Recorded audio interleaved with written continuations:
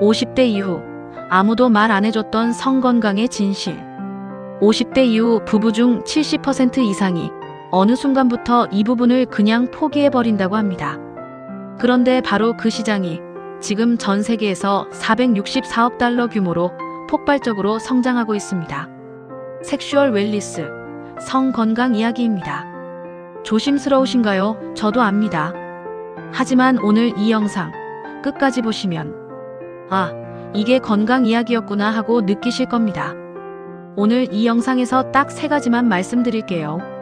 첫째, 세계 시장이 왜 이렇게 커졌는지.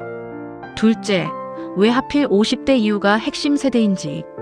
셋째, 우리가 실제로 어떻게 접근하면 좋은지. 데이터와 연구, 그리고 우리를 위한 진심 어린 이야기만 담았습니다. 자, 시작해볼까요? 먼저 섹슈얼 웰니스가 정확히 뭔지부터 짚고 가겠습니다. 왜냐하면 이 단어를 들었을 때 많은 분들이 그거 성인용품 얘기 아니야? 라고 생각하시거든요. 반은 맞고 반은 틀립니다. 세계 시장 조사 기관들이 정의하는 섹슈얼 웰니스는 신체적, 정신적, 정서적, 성 건강 전반을 잘 돌보는 것 전체를 말합니다. 구체적으로는 이런 것들이 포함됩니다. 첫째, 성 기능과 호르몬 건강. 둘째, 안전하고 만족스러운 성생활. 셋째, 자기 몸을 이해하고 존중하는 태도. 넷째, 관계 안에서의 친밀감과 소통. 그래서 요즘 해외에서는 콘돔, 윤활제 같은 제품뿐 아니라 호르몬 관리, 수면, 스트레스 케어까지 묶어서 하나의 섹슈얼 웰니스 산업으로 분류하고 있습니다. 그럼 이 시장 얼마나 커졌을까요? 글로벌 시장조사 기관 테크나비오에 따르면 세계 섹슈얼 웰니스 시장은 2022년부터 2027년까지 단 5년 만에 464억 달러 이상 성장할 것으로 예상됩니다. 우리 돈으로 환산하면 약 60조 원이 넘는 규모입니다. 한국은 어떨까요?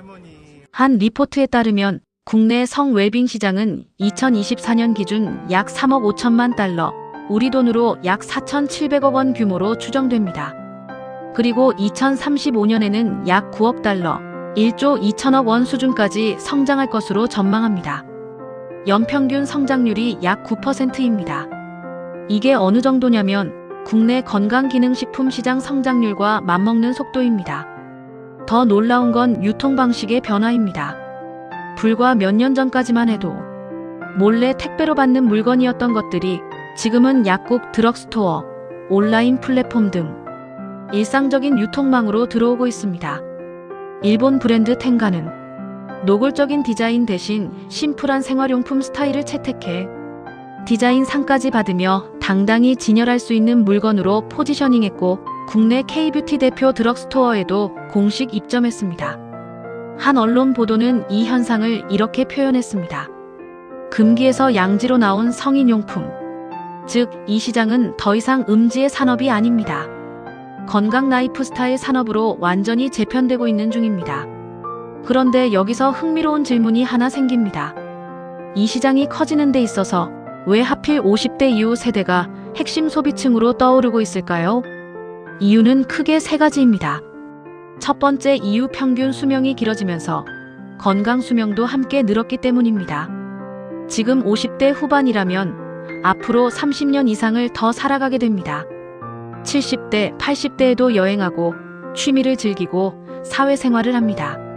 그러면서 자연스럽게 이런 인식이 생기기 시작했습니다. 성생활도 나이 들면 끝나는 게 아니라 건강하게 관리해야 할 삶의 일부구나.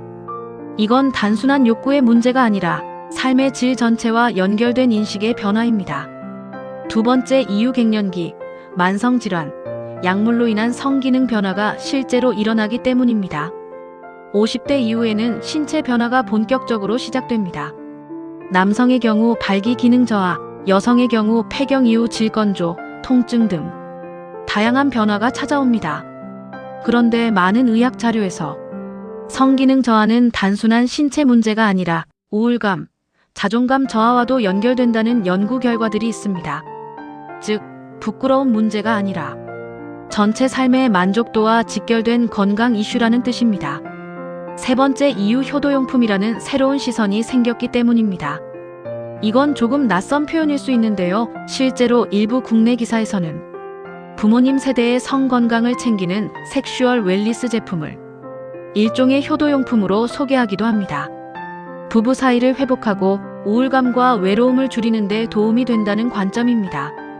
이 세 가지 이유가 겹치면서 50대 이후 세대는 말은 잘하지 않지만 실제로는 필요성이 가장 큰 숨은 핵심 소비자로 시장에서 주목받고 있습니다. 그렇다면 이 모든 흐름이 우리에게 실제로 어떤 의미를 가질까요? 저는 세 가지 키워드로 정리하고 싶습니다. 첫 번째 키워드 관계 회복. 중장년 부부는 자녀 독립, 은퇴, 노부모 돌봄 등을 겪으면서 어느 순간 서로 같이 사는 룸메이트처럼 느껴지는 시기가 옵니다. 이때 성적 친밀감은 단순한 쾌락이 아닙니다. 우리 아직 연결되어 있다는 것을 서로 확인하는 가장 직접적인 정서적 통로입니다. 관계가 소원해졌다고 느끼신다면 그 시작점이 의외로 이 부분일 수 있습니다. 두 번째 키워드 자기 몸에 대한 존중. 특히 여성분들께 드리고 싶은 말씀입니다. 폐경 이후 몸의 변화를 경험하면서 이제 나는 끝났다는 느낌을 받으시는 분들이 많습니다. 그러면서 자기 몸을 더 이상 돌보지 않게 되는 경우도 생깁니다. 섹슈얼 웰니스는 바로 이 지점에서 의미가 있습니다. 자신의 욕구와 몸의 신호를 다시 진지하게 들여다보는 계기. 내 몸은 아직 살아있고 돌볼 가치가 있다는 인식의 회복입니다. 세 번째 키워드 건강 경고등. 일부 연구에서는 성기능 저하가 심혈관 질환, 당뇨, 우울증 등과 연관될 수 있다고 지적합니다. 즉, 성기능의 변화는 숨겨야 할 문제가 아니라 전체 건강관리의 경고등으로 보고 전문가와 상의해야 할 신호일 수 있습니다. 섹슈얼 웰니스에 관심을 갖는 것은 철없는 행동이 아닙니다. 50대 이후 삶의 질을 높이기 위한 매우 현실적이고 성숙한 건강관리입니다. 그럼 실제로는 어떻게 접근하는 게 좋을까요? 세 가지 방법을 제안드립니다. 방법 1. 정보를 건강의 언어로 보기. 상업 광고보다는 통계, 의학자료, 공신력 있는 기사에서 정보를 얻으세요. 이 제품이 좋다더라가 아니라 이 변화가 왜 일어나는지를 먼저 이해하는 것이 훨씬 중요합니다. 오늘 이 영상처럼요. 방법 2. 부부가 함께 이야기해보기.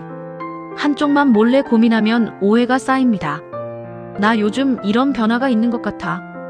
우리 건강 차원에서 한번 이야기해볼까? 이렇게 우리 건강이라는 프레임으로 부드럽게 대화를 시작해보세요. 주제가 무거울수록 시작은 가볍게. 그게 핵심입니다. 방법 3. 필요하면 전문가 도움받기. 비뇨의학과, 산부인과, 정신건강의학과, 성상담소 등에서 성기능과 관련된 상담이 점점 늘고 있습니다. 혼자 검색만 하다 불안해하기보다 의학적 원인을 먼저 확인하는 것이 훨씬 안전하고 빠릅니다. 시장 데이터와 전문가들이 말하는 흐름만 봐도 한 가지는 분명합니다. 섹슈얼 웰니스는 지금 우리 세대의 중요한 이슈입니다. 오늘 영상 어떠셨나요? 조금 낯설고 어쩌면 불편하셨을 수도 있습니다. 하지만 우리가 외면한다고 해서 나이와 몸의 변화가 멈추지는 않습니다. 오늘 드린 세 가지 메시지 다시 한번 정리해 드릴게요. 하나, 섹슈얼 웰니스는 음지의 산업이 아닙니다. 전 세계적으로 건강 라이프 스타일의 일부로 자리 잡고 있습니다. 둘, 50대 이후는 이 변화가 가장 절실하게 필요한 세대입니다. 관계, 자기 몸, 건강 신호 세 가지 모두 연결되어 있습니다. 셋, 접근법은 간단합니다. 정보를 건강의 언어로 보고 부부가 함께 이야기하고 필요하면 전문가의 도움을 받으세요.